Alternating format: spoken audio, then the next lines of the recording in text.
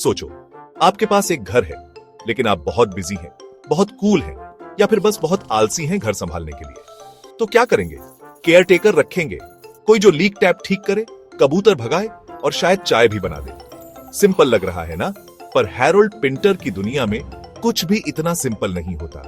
तैयार हो जाइए द केयर टेकर की अजीबोगरीब दुनिया में जाने के लिए।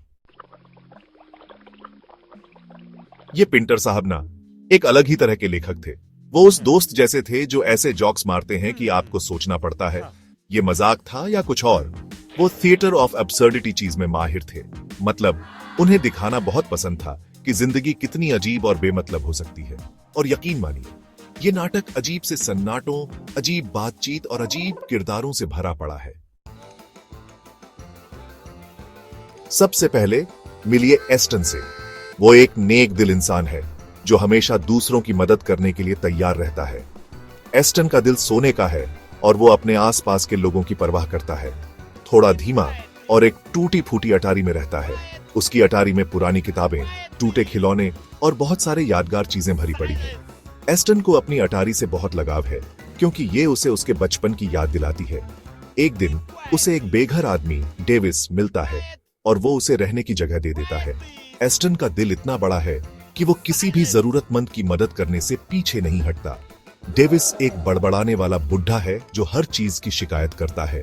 वो हमेशा किसी न किसी चीज से नाखुश रहता है और हर समय बड़बड़ाता रहता है। वो उस अंकल जैसे है जो घर आके आपके सोफे की बुराई करता है।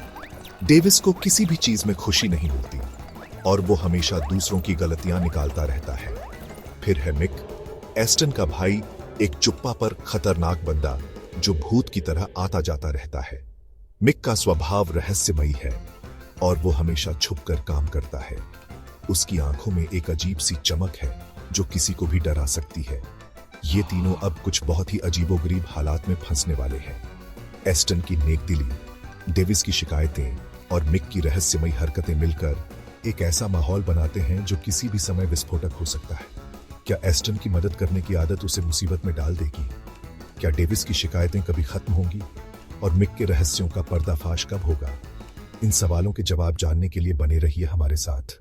ये कहानी आपको हंसाएगी, रुलाएगी और सोचने पर मजबूर कर देगी कि असल में दोस्ती और परिवार का मतलब क्या होता है।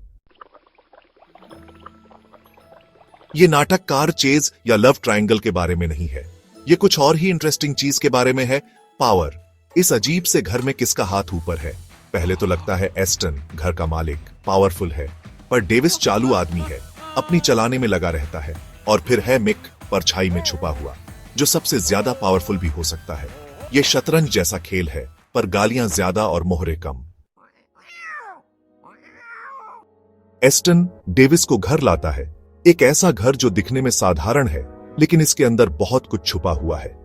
एस्टन एक साधारण आदमी है जो अपने जीवन में शांति और स्थिरता चाहता है, लेकिन जब वह डेविस को अपने घर लाता है तो उसे नहीं पता होता कि वह अपने जीवन में कितनी उथल पुथल लाने वाला है। सोचता है वो केयर टेकर बनेगा। एस्टन को लगता है कि डेविस एक अच्छा साथी साबित होगा जो उसके घर की देखभाल करेगा और उसे कंपनी देगा। लेकिन एस्टन की यह सोच बहुत जल्द बदलने वाली है। पर डेविस निकला बहुत ही घटिया मेहमान। डेविस का व्यवहार एस्टन की उम्मीदों के बिल्कुल विपरीत होता है। वह न केवल एस्टन के घर की देखभाल नहीं करता, बल्कि हर छोटी बड़ी चीज में कमी निकालता है। हर चीज की शिकायत, जूते, शोर, यहां तक कि हवा की भी। डेविस को हर चीज में कोई ना कोई कमी नजर आती है। वह एस्टन के जूतों से लेकर घर में होने वाले शोर तक हर चीज की शिकायत करता है। यहां तक कि उसे हवा भी सही नहीं लगती।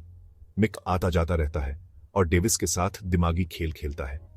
मिक, एस्टन का एक पुराना दोस्त, बीच बीच में आता है और डेविस के साथ मनोवैज्ञानिक खेल खेलता है।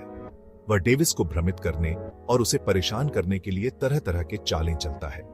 डेविस के साथ दिमागी खेल खेलता है। मिक की चालें डेविस को और भी अधिक परेशान कर देती हैं और वह एस्टन के घर में और भी अधिक असहज महसूस करने लगता है। जब लगता है डेविस सेट हो रहा है, एस्टन अपने पास्ट का एक राज खोल देता है। एस्टन को लगता है कि डेविस अब उसके घर में थोड़ा सहज हो रहा है, लेकिन तभी वह अपने अतीत का एक गहरा राज खोल देता है जो डेविस को चौंका देता है। एस्टन अपने पास्ट का एक राज खोल देता है। यह राज एस्टन के जीवन के एक ऐसे पहलू को उजागर करता है जिसे उसने अब तक छुपा कर रखा था। डेविस इस राज को सुनकर हैरान रह जाता है और उसे एस्टन के बारे में अपनी धारणाओं पर पुनर्विचार करना पड़ता है। डेविस को मौका मिल जाता है फायदा उठाने का और मामला बिगड़ जाता है। डेविस इस राज का फायदा उठाने की कोशिश करता है, लेकिन इससे स्थिति और भी अधिक बिगड़ जाती है। एस्टन और डेविस के बीच तनाव बढ़ता जाता है और उनका रिश्ता और भी अधिक जटिल हो जाता है और मामला बिगड़ जाता है।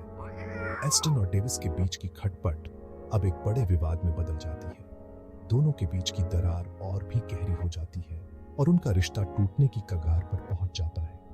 आखिर में कोई नहीं जीतता। इस पूरे घटनाक्रम का अंत बहुत ही दुखद होता है। एस्टन और डेविस दोनों ही इस संघर्ष में हार जाते हैं। न तो एस्टन को शांति मिलती है और न ही डेविस को संतोष। ये उस बॉलीवुड फिल्म जैसा है जहां सब उदास और कंफ्यूज्ड हो जाते हैं। ये कहानी एक ऐसी बॉलीवुड फिल्म की तरह है जहां अंत में सभी पात्र उदास और भ्रमित हो जाते हैं। कोई भी खुश नहीं होता और सबके मन में एक अजीब सी उलझन रह जाती है। इस नाटक में आपको एक चीज बहुत दिखेगी, सन्नाटा, बहुत सारा सन्नाटा। पर घबराओ मत, ऐसा नहीं है कि पिंटर के पास बोलने को कुछ नहीं था। ये सन्नाटे उस अजीब से पॉज जैसे हैं जो क्रश से बात करते हुए हो जाते हैं। इनमें तनाव और छुपे हुए मतलब होते हैं, मानो पिंटर कह रहे हो, अरे कभी कभी जो हम नहीं कहते वो भी उतना ही जरूरी होता है जितना कि जो हम कहते हैं। गहरा है ना?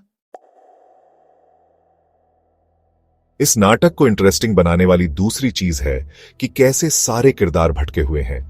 हर किरदार की अपनी एक अनोखी कहानी है और वो सब अपनी पहचान की तलाश में है। एस्टन एक बुरे अनुभव के बाद अपनी जिंदगी बनाने की कोशिश कर रहा है। उसकी कहानी में एक गहरा दर्द छुपा है जो उसे बार बार पीछे खींचता है। वो अपने टूटे हुए सपनों को जोड़ने की कोशिश कर रहा है, लेकिन हर बार उसे नई चुनौतियों का सामना करना पड़ता है। डेविस एक बेघर आदमी है जिसे अपनी जगह ढूंढनी है। उसकी जिंदगी में स्थिरता की कमी है और वो हर दिन एक नई उम्मीद के साथ जागता है। वो एक ऐसा घर चाहता है जहां उसे अपनापन महसूस हो, लेकिन उसकी तलाश कभी खत्म नहीं होती। और मेक, वो तो बस रहस्यमयी है। उसकी पहचान एक पहेली है जिसे कोई सुलझा नहीं पाया। वो हमेशा छाया में रहता है और उसकी हर हरकत में एक रहस्य छुपा होता है। लोग उसके बारे में बातें करते हैं, लेकिन कोई भी उसे पूरी तरह से नहीं जानता। ऐसा लगता है जैसे वो सब इस टूटी फूटी अटारी में खुद का एक टुकड़ा ढूंढ रहे हैं। अटारी में बिखरे हुए सामान के बीच वो अपनी पहचान के टुकड़े खोजने की कोशिश कर रहे हैं। हर कोने में एक नई कहानी छुपी है और हर वस्तु में एक याद जुड़ी है। शायद इसलिए वो एक दूसरे को परेशान करते हैं। वो सब इतने खोए हुए और अकेले हैं। उनकी तन्हाई उन्हें एक दूसरे के खिलाफ कर देती है और वो अपनी परेशानियों का हल एक दूसरे में ढूंढने की कोशिश करते हैं। लेकिन अंत में वो सब एक ही चीज चाहते हैं, अपनापन और पहचान। आप सोच रहे होंगे, कपिल भाई, ये सब बहुत ही ज्ञानी ज्ञानी लग रहा है, पर आज के जमाने में ये रिलेवेंट भी है। बिल्कुल, आज भी हम पावर के खेल, अकेलेपन और खुद को समझने की कोशिशों से जूझते हैं। और ये नाटक एक अजीब से तरीके से मजेदार भी है। ये उस कॉमेडी ऑफ एरर्स जैसा है, पर गहरे मतलब के साथ। तो आज हमने क्या सीखा? सबसे पहले, केयरटेकर कॉम्प्लिकेटेड होते हैं। दूसरा, जिंदगी काफी बेतुकी हो सकती है, तो क्यों ना उस पर हंस लिया जाए। और आखिर में, सारे केओस और कंफ्यूजन के बीच हमेशा जुड़ाव और समझ की उम्मीद होती है। या शायद नहीं, जैसा मैंने कहा, पिंटर साहब कॉम्प्लिकेटेड हैं, पर यही तो उनके नाटकों को देखने में इतना मजा देता है।